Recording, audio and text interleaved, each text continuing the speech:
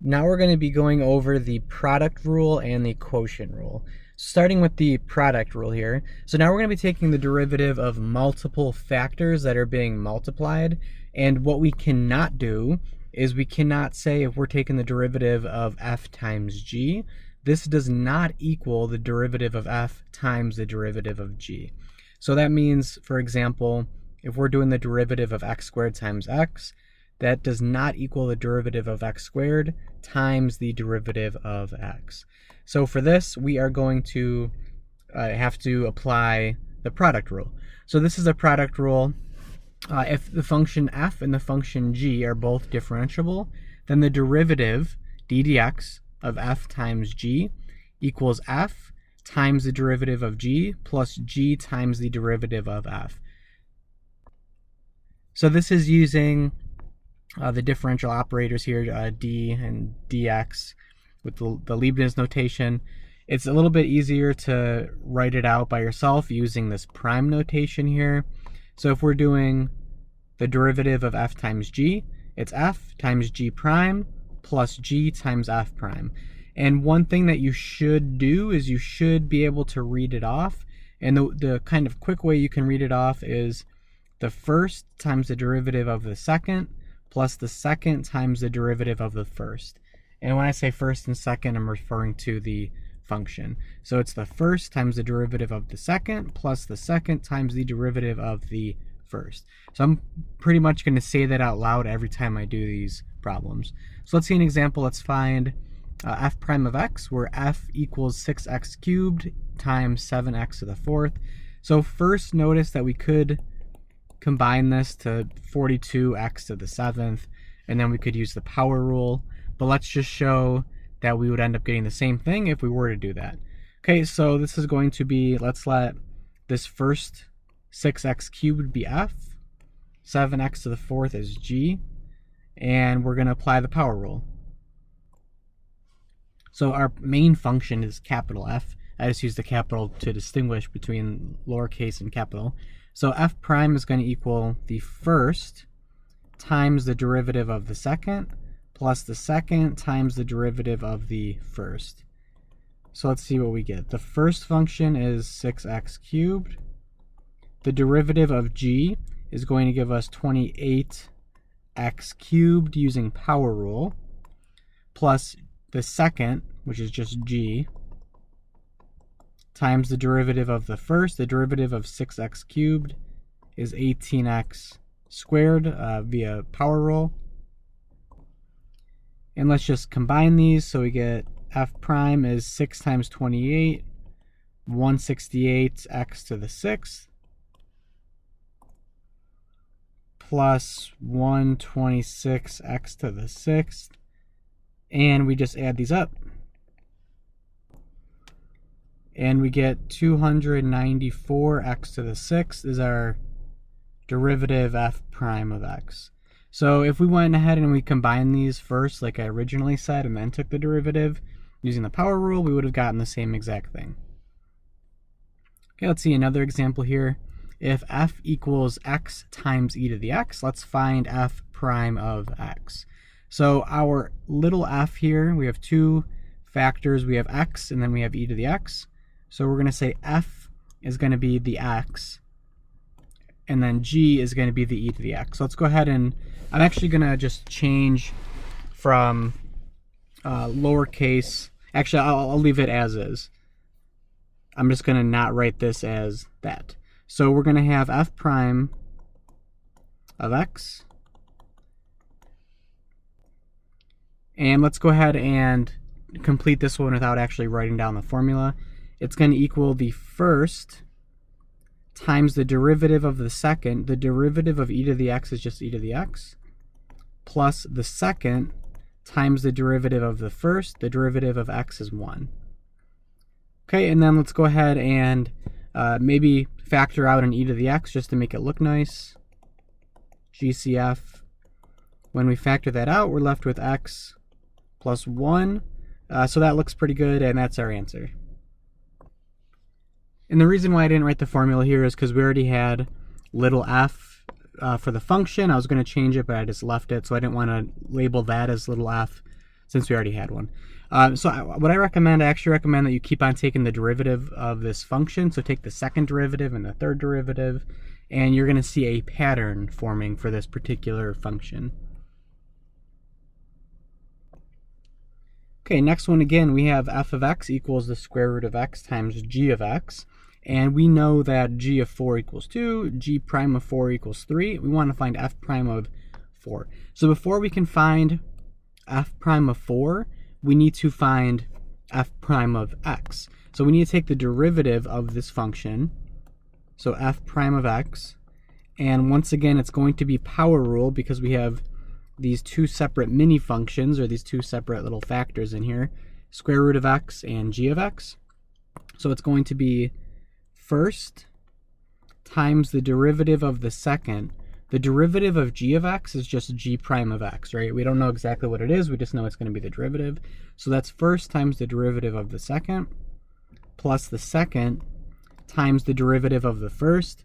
So we need the derivative of the square root of x. The square root of x can be rewritten as x to the 1/2. So we can use our power rule, bring down the 1/2, subtract 1 from it, and we get 1/2 x to the negative 1/2. So we have f prime of x. It looks kind of messy. So now we're going to find f prime of 4 because that's what the question is asking. So we go ahead and we plug in a 4. We plug in a 4 everywhere that there is an x. We get the square root of 4 times g prime of 4 plus g of 4 times 1/2 x to the 4 to the negative 1/2. I'm gonna rewrite this last portion. Instead of x to the negative 1/2, I'm gonna write that as the square root of x in the denominator. Just using exponent rules, negative exponent, it goes down in the denominator. Okay, so now we can go ahead and just simplify this. So we get f prime of 4 is going to be square root of 4 is 2. So g prime of 4 is 3. That's given to us. So now we can actually use what's given, and it kind of makes sense. And then we have the g of 4, which is 2. So that's going to be plus 2 times, and then we have this portion right over here. That's going to be 1 over 2 times 2, so 1 over 4. And we go ahead and simplify this. And 2 times 3, we get 6. 2 times 1/4, we get 1/2. So we end up getting 6.5, or 13 over 2 if you get common denominators and add the fractions. Okay, so that is the product rule. Make sure you have the rule memorized, and I recommend memorizing it by writing it out, and then also in words as first times the derivative of the second, plus the second times the derivative of the first, and make sure you recognize on when to use it, because there's two different factors being multiplied in your original function. Okay, so that's the product rule. Next is the quotient rule. So just like the quotient rule, we're going to need this when two things are being divided, and we cannot just take the derivative of a fraction, f divided by g, and then take the derivative of that. That does not equal the derivative of the numerator divided by the derivative of the denominator separately. So we have a special rule for this. And the quotient rule is a little bit more complicated. If the functions f and g are both differentiable, then d dx of f over g equals g times the derivative of f minus f times the derivative of g all over g squared. So once again, let's take a look at it in prime notation. It's typically a little bit easier to memorize when it's in prime notation. If you have f over g prime, it's going to equal g times f prime minus f times g prime over g squared. So it's important here that you remember you remember that f here is considered the numerator and g is the denominator. Whereas for the product rule, it really didn't matter which one was first and which one was second. But for the quotient rule, it matters which one is f and which one is g. Okay, and the way that I'm going to be reading this off in words here, just during these examples to help memorize it, is low d high minus high d low all over low squared. So what this means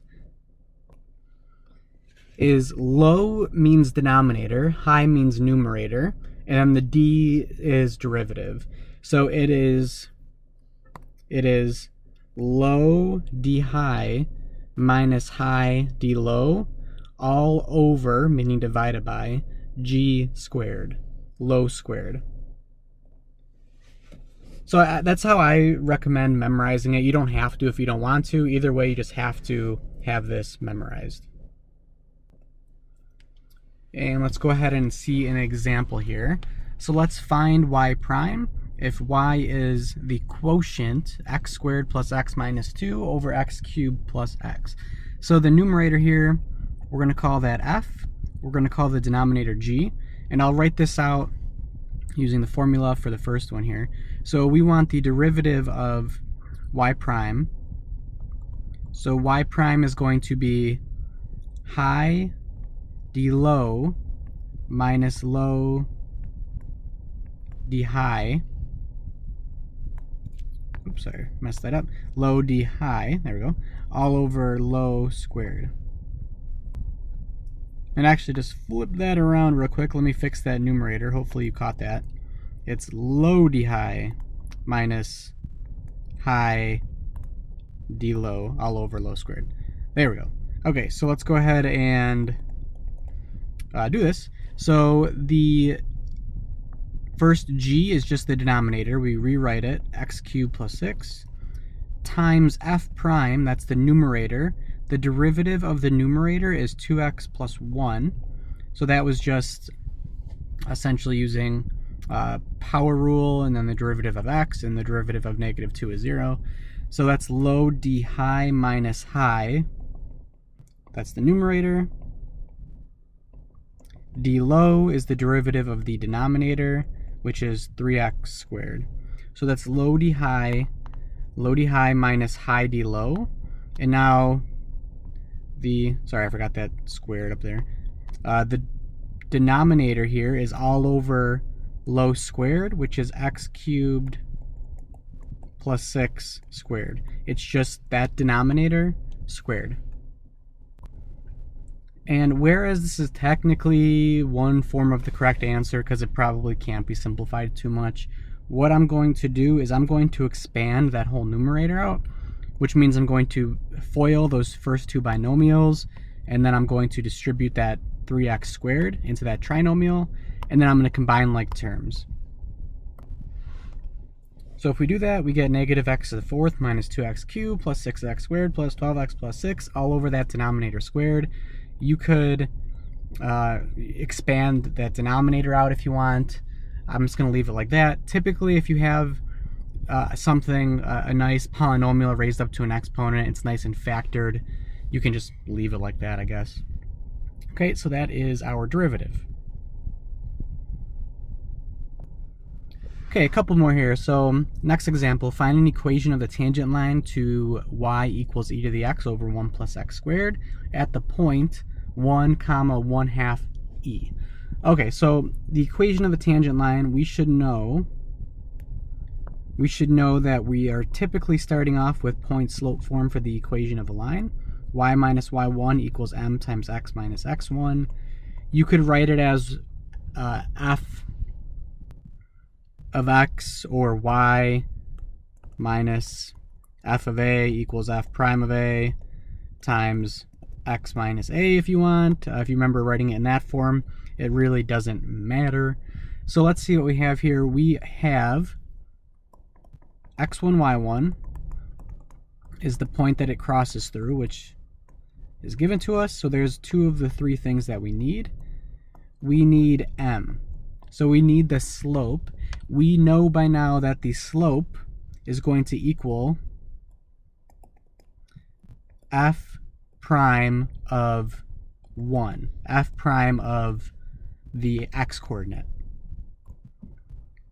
And since this isn't technically called f, it's called y, I'm just going to change that. I'll write it out in words, and I'll say it's going to equal the derivative of the function evaluated at x equals 1.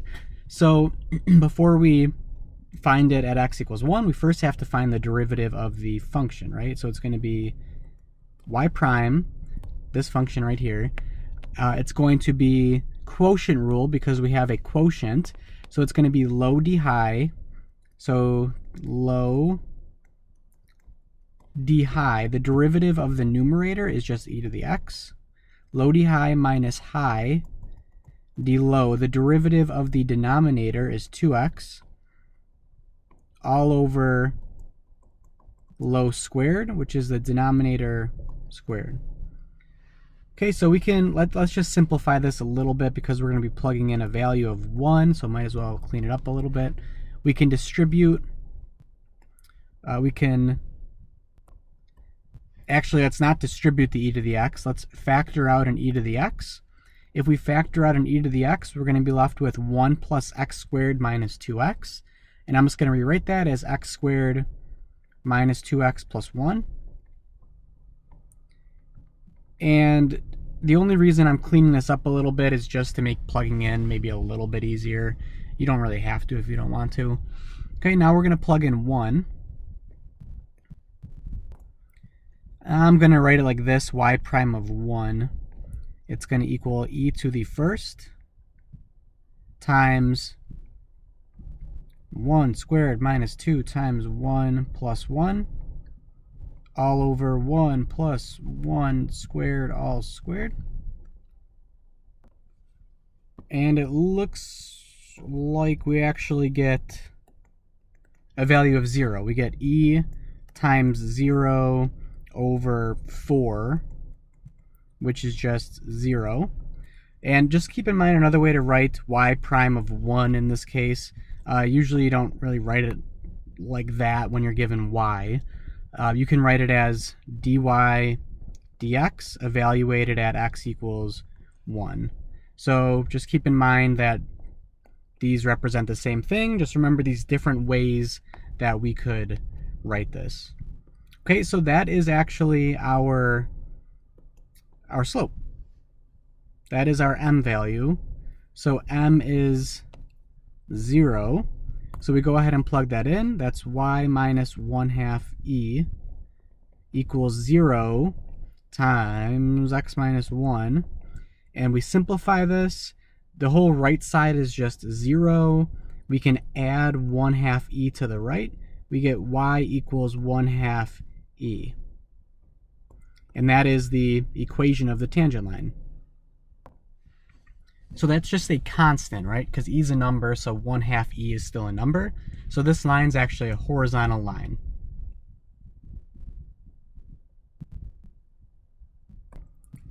So something to keep in mind when doing these problems is you're trying to take the derivative of something. You need to figure out what rule you have to use first.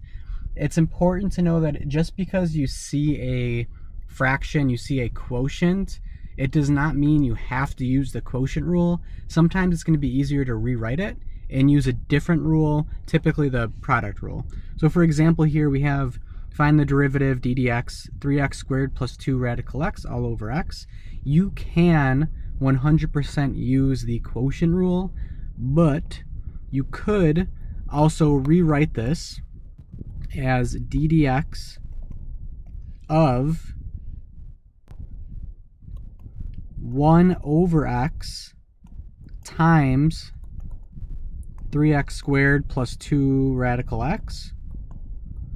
And then you could use the product rule, right? Because you have your two factors right here. I'm going to go one step further and say let's get rid of that 1 over x, and let's rewrite that as x to the negative 1.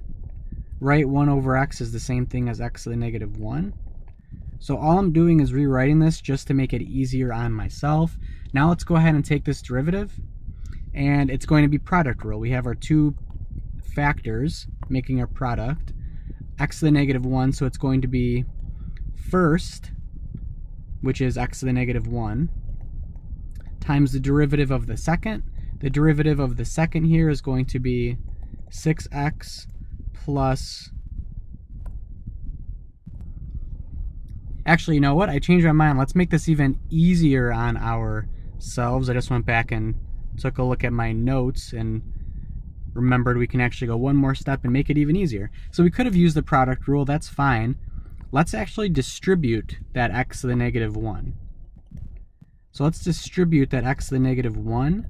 And when we do that, not times, when we do that, we get 3x squared times x to the negative 1 is 3x, because you're adding the exponents. And then for the square root of x, that's the same as 1/2. So we get 2x to the negative 1/2. Okay, so now when we did that, now we can actually just use power rule on both terms, because we just have one big factor and two separate terms. Let's use power rule. The derivative of 3x is 3. And then the derivative of 2x to the negative 1/2 is going to be negative 2 divided by, or 2 times negative 1/2, which is just negative 1, x to the negative 3/2. Okay, so this term is just power rule. Bring down the negative 1/2 out front, and then subtract 1. Negative 1/2 minus 1 is negative 3/2. Okay, so this actually was a lot easier than it looked like, because all we had to do was rewrite it and then use power rule. And like I mentioned, we could have used quotient rule right off the bat. We could have used product rule after we rewrote it, but it's typically easiest to use power rule if we can. Okay, so one more thing here, and that is the idea of normal lines. So we've been asked to find the equations of tangent lines. We can also be asked to find the equations of normal lines. Normal lines to a curve at a point is going to be the line through that point that is perpendicular to the tangent line. So normal lines are perpendicular to tangent lines. And defined, the issue here is that when we're coming up with the equation of the normal line, the slope is going to be different, and we have to remember that perpendicular lines have negative reciprocal slopes. So we're going to find the slope of the tangent line and then find the negative reciprocal of that, and that's going to be the slope of the normal line. So let's see an example. Find equations of the normal line and the tangent line. Tangent line and the normal line. So y equals square root of x over 1 plus x squared at the point 1, 1/2. So before we take a look at it, let's just look at what we're doing. So here's this curve, the black curve here, the black line is the curve. And then we see, there we go. We see that the tangent line is the blue line, and we're doing the tangent line at that point right there, 1/2 comma, or 1, 1/2. So there's the tangent line, same direction at that point. We can see this normal line now, which is perpendicular. It has a right angle between the two, and that's the normal line at that point. Okay, so let's actually go ahead and do this. So we want the equations. So let's start off with tangent line first. So equation of a line, we know we're going to be using the point slope formula, and we know that we have our x1, y1. This is the point that's given to us, 1, 1/2, and we need our m. So m is going to be the derivative of the function evaluated at x equals 1. So I'm going to write it like this. We're using this notation this time. The derivative of y with respect to x evaluated at x equals 1. And I'm going to leave this to you guys to find the derivative of this function using quotient rule and plugging in a 1. We should get negative 1/4. So I'll just say that you need to verify that for me there. So this first one, like I mentioned, is for the tangent line.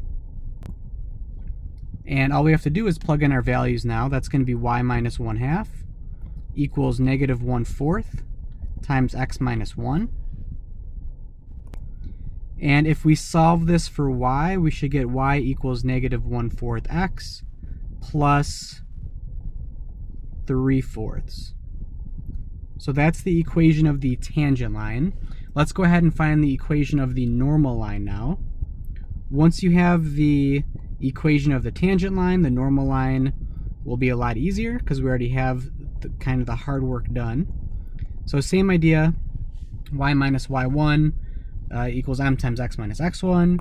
We know x1, y1 is our point, which was 1 comma 1/2. And we need the slope. The slope here is the negative reciprocal of the slope of the tangent line. The negative reciprocal of negative 1/4 is positive 4/1. So negative reciprocal, remember, we negate it and then we reciprocate it. So negating a negative makes it positive. The reciprocal of 1/4 is 4/1, so positive 4/1. So that is our m value. So all we have to do is plug everything in. Y minus 1/2 equals 4 times x minus 1. Solve this for y. And we get y equals 4x minus 7/2. Okay, and it's pretty easy to, well, not 100% verify, but looking at this graph here, it does seem like these equations that we figured out make sense for those particular lines. Okay, so I skipped the step for actually finding the derivative here, but just do that on your own to make sure you are comfortable using the quotient rule. Okay, so that is it for this section.